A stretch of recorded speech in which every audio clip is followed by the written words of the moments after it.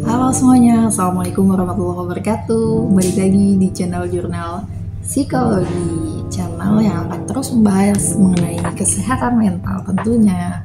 Oh ya guys, kemarin aku udah share ke kalian tentang video mengenai apa itu manajemen emosi dan apa sih yang sebenarnya kalian rasain. Dan itu sebenarnya cuma video pendek aja untuk awalan, karena di sini kita akan bahas ya tentang apa itu manajemen emosi. Sebelum kita membahas, jangan lupa like, komen, dan share video ini. Juga tolong kasih masukan ya di kolom komentar mengenai setiap video yang aku upload, karena setiap yang aku upload insya Allah akan terus bermanfaat untuk kalian semua, untuk perkembangan kita semua menjadi orang yang lebih baik lagi. So ya langsung aja, apa itu sebenarnya manajemen emosi? Jadi sebenarnya singkatnya adalah manajemen emosi itu adalah bagaimana cara kita mengatur emosi yang ada, yang kita rasakan, yang kita alami, lalu mengekspresikannya secara apa adanya. Itu secara apa adanya dan natural gitu ya, manusiawi. Nah, kenapa sih penting banget kita harus memiliki atau mengerti manajemen emosi? Nah, pertama, kalau kita tidak menyadari manajemen emosi itu ada, maka yang ada itu mungkin bisa jadi kita nggak akan bisa mengenali diri kita yang sebenarnya. Nah, kalau kita memahami manajemen emosi ini dengan baik, kita akan berusaha mengontrol emosi yang kita keluarkan itu juga baik tentunya. Untuk siapa? Untuk diri kita terutama, dan untuk orang lain. Nah terus kita ini kan nggak boleh abai sama emosi kita begitu aja. Itu kenapa? Karena ya penting ya, karena yang tadi aku bilang, kalau misalkan kita abai sama perasaannya kita, itu bisa jadi akan menjadi bom waktu aja gitu untuk diri kita ke depannya. Nah, kemarin aku udah spill tuh emosi itu ada apa aja sih gitu. Nah, emosi dasar itu ada 6. Ya, ada 6 kalau nggak salah. Nah, ada 6. Pertama tuh ada marah, jijik, kesal, takut, ya kan, sedih. Kemudian satu lagi tuh apa? Yang tahu tolong bantu jawab ya. Oke, itu adalah emosi-emosi dasar. Jadi kalau kalian mengekspresikan bilang gini, aku lagi emosi nih. Nah, mungkin yang dimaksud emosi ini emosi apa nih? Kalau dilihat dari aku lagi emosi nih, matanya terbelalak kayak gitu, terus nadanya cepat dan naik, kemungkinan dia lagi marah gitu. Nah, maka penyebutan yang seharusnya mungkin enakannya begini, aku marah nih gitu. Atau ya kan kadang-kadang emang ada sih yang perlu untuk menyebutkan dia lagi marah atau bukan, tapi kebanyakan orang kan bilangnya gini, aku lagi emosi nih, aku emosi nih gitu kan. Jadi maksudnya apa nih, makna yang mana nih untuk mengatakan kalau kita nih sedang tersulut emosinya gitu. Emosi marahkah, sedihkah, atau apa gitu. Nah, kemudian kalau menurut American Psychology Association atau disebut sebagai APA, pengertian emosi itu sendiri merupakan pola reaksi yang kompleks yang melibatkan elemen pengalaman, perilaku, dan psikologi seseorang.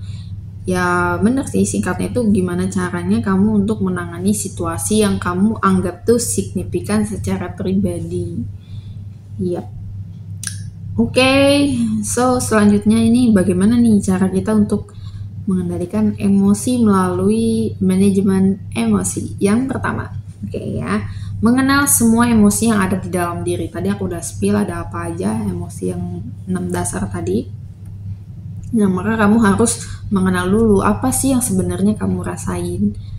Aku lagi sedih kah? Aku lagi kesel kah? Aku lagi marah kah? Atau apa? Itu harus perlu banget kita memahami atau mengenal emosi yang lagi kita rasain pada saat itu apa. Nah, dengan mengenali emosi tersebut, kamu akan jadi tahu dan paham tentang bagaimana cara mengendalikannya dengan baik dan juga tepat. Dan kita juga perlu mengingat dan memahami bahwa emosi itu adalah bagian dari diri kita secara alami ya.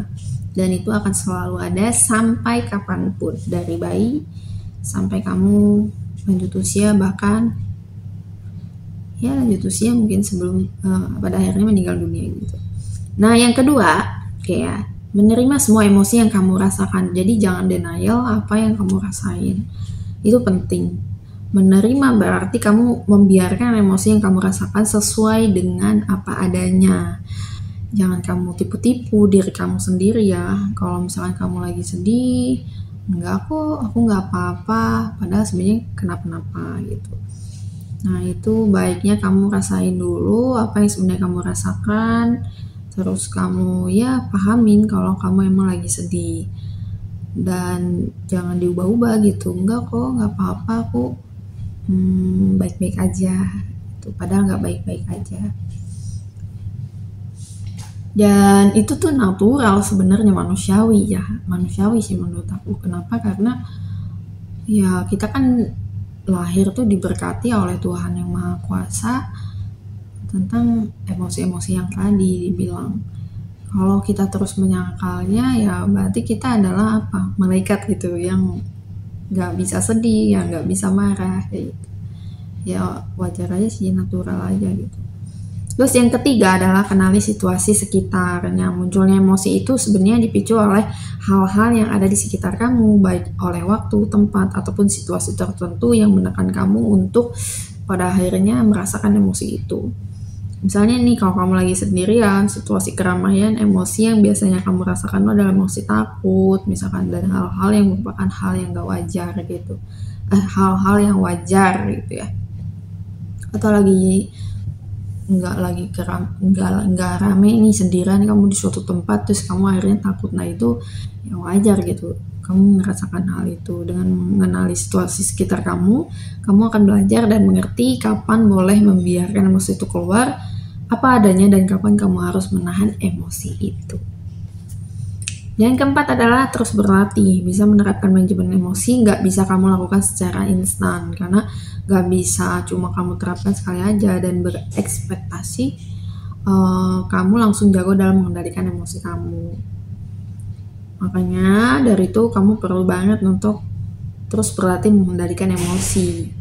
Dengan berlatih, kamu akan terus terbiasa dan bisa mengendalikan emosi kamu dengan baik dan tepat.